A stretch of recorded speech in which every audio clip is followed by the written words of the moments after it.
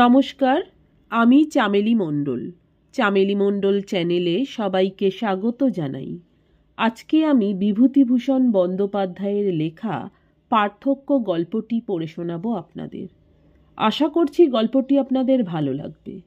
শুরু করছি আজকের গল্প পার্থক্য। সকাল হইতে ভিখিরির উপদ্রব লাগিয়াই আছে। এদিকে ঘরে চাউল নাই, ক্রমশই কমিয়া আসিতেছে। গৃহিণী জানাইলেন, চাউল যা আছে তাহাতে আর দিন চারেক চলিবে। বাজারে চাউল নাই এ কথা বলিলে ভুল হইবে। আছে চোরা বাজারে ৩৭ টাকা মন। গৃহিণীকে শুনাইয়া বলি, ভাতের ফ্যানে যা কিছু সার অংশ থাকে, ফ্যান যে ফেলে দেওয়া হয় ওতে সত্যিই আমাদের বড্ড যা কিছু পুষ্টিকর ওর সঙ্গে বেরিয়ে যায়।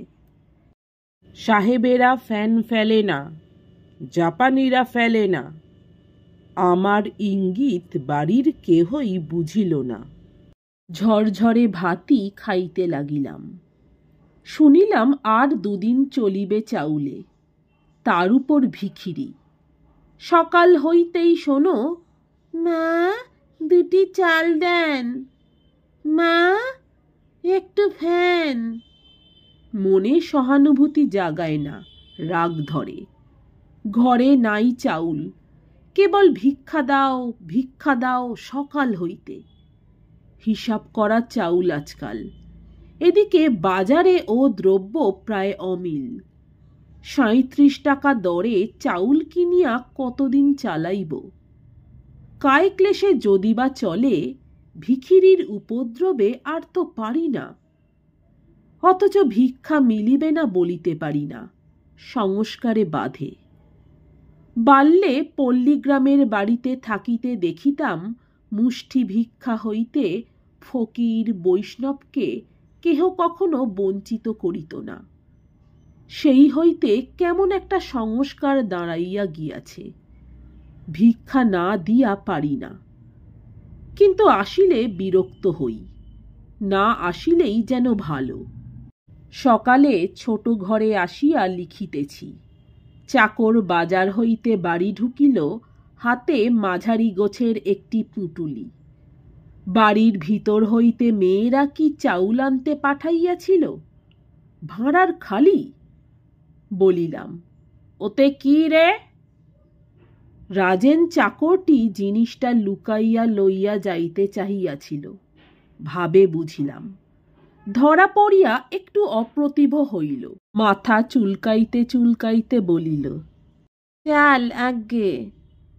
ও কত? ২ সের করে চাল আজ্ঞে জহুরির দোকানে। কন্ট্রোল।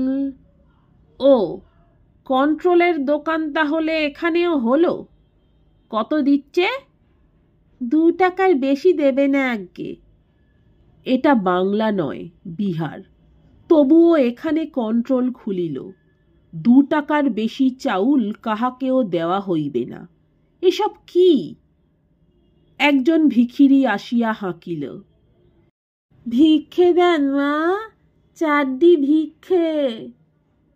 রাজেন বলিল, ভিক্ষে হবে না, যাও, চাল নেই। লিখিতে লিখিতে বলিলাম, দে, ১ মুঠো দে। সঙ্গে সঙ্গে আসিল আর একজন, তাহাকেও ভিক্ষা দেওয়া হইল। বেলা ৯টা আন্দাজ সময়ে আরো ২ জন ভিক্ষা লইয়া তাহারাও চলিয়া গেল। এইবার একজন বৃদ্ধের কণ্ঠস্বর শোনা গেল। মনে তখন বিরক্তি ধরিয়াছে। রাজেনকে বলিলাম, ভিক্ষা না দেয়। কিন্তু তবুও লোকটা কেন দেরি করিতে লাগিল, কেন তবুও যায় না, বারবার একঘেয়ে চিৎকার করিতে লাগিল। বড়ই রাগ হইল। বাহির হইয়া বলিলাম, ভিক্ষে হবে না, চলে যাও। আবার কি? লোকটি বৃদ্ধ, পরনে ১ টুকরা মলিন ন্যাকড়া, হাতে একটা তোবড়ানো টিনের মগ। জীর্ণ শীর্ণ চেহারা বটে, তবে বাংলাদেশের ভিখিরির মতো কঙ্কালসার নয়। লোকটা মগটা তুলিয়া টানিয়া টানিয়া বলিল, একটু ফ্যান দাও বাবা, বড্ড খিদে পেয়েছে। রাগিয়া বলিলাম, কি আবদার রে, আবার ভাতের ফ্যান? দেন বাবা একটুখানি। ভাগ এখান থেকে, যা। আবদার দেখো, কোন সকালে রান্না হয়েছে, এখন ফ্যান রয়েছে ওর জন্যে। লোকটা হতাশভাবে চলিয়া গেল। আবার লিখিতে বসিলাম। ইহাতে আমার সংস্কারে বাঁধিল না। প্রতিদিন বরাদ্দ মতো মুষ্টি ভিক্ষা তো দিয়াছি, কজনকে দেওয়া যায়? বেলা বাড়িল, স্নান করিতে যাইব।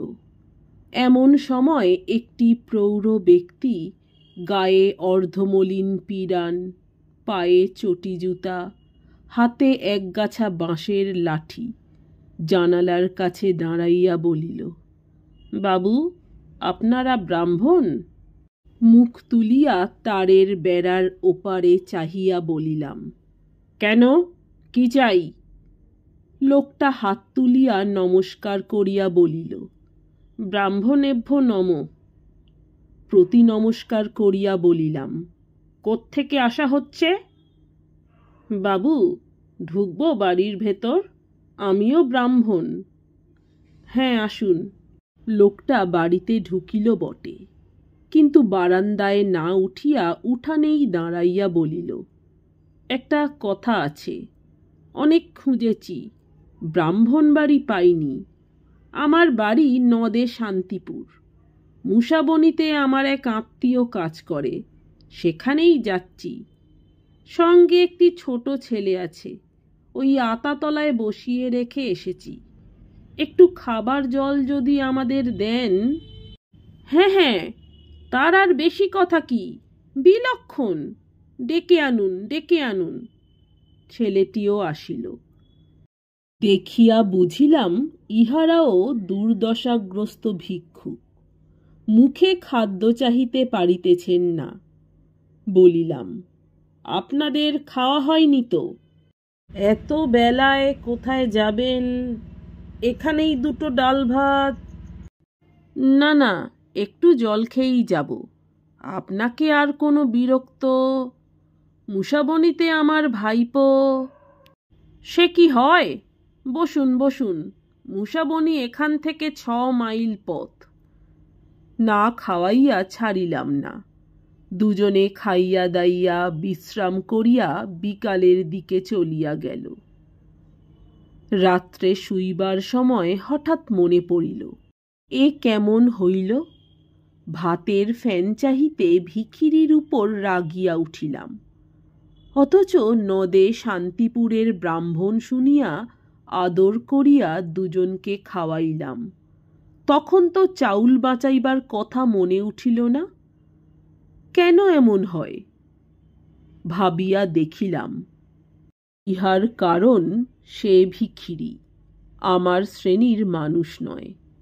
নিজেকে আমি ভিখিরি কল্পনা করিতে পারি না, কিন্তু মনে মনে নিজেকে নদিয়াবাসী দরিদ্র ব্রাহ্মণ রূপে অনায়াসে কল্পনা করতে পারি। নমস্কার। আমার গল্পপাঠ ভালো লাগলে, আরও এমন গল্প শুনতে চাইলে অবশ্যই আমার চ্যানেলটি সাবস্ক্রাইব করে দেবেন। লাইক, কমেন্ট, শেয়ার করতে ভুলবেন না। অনেক ধন্যবাদ।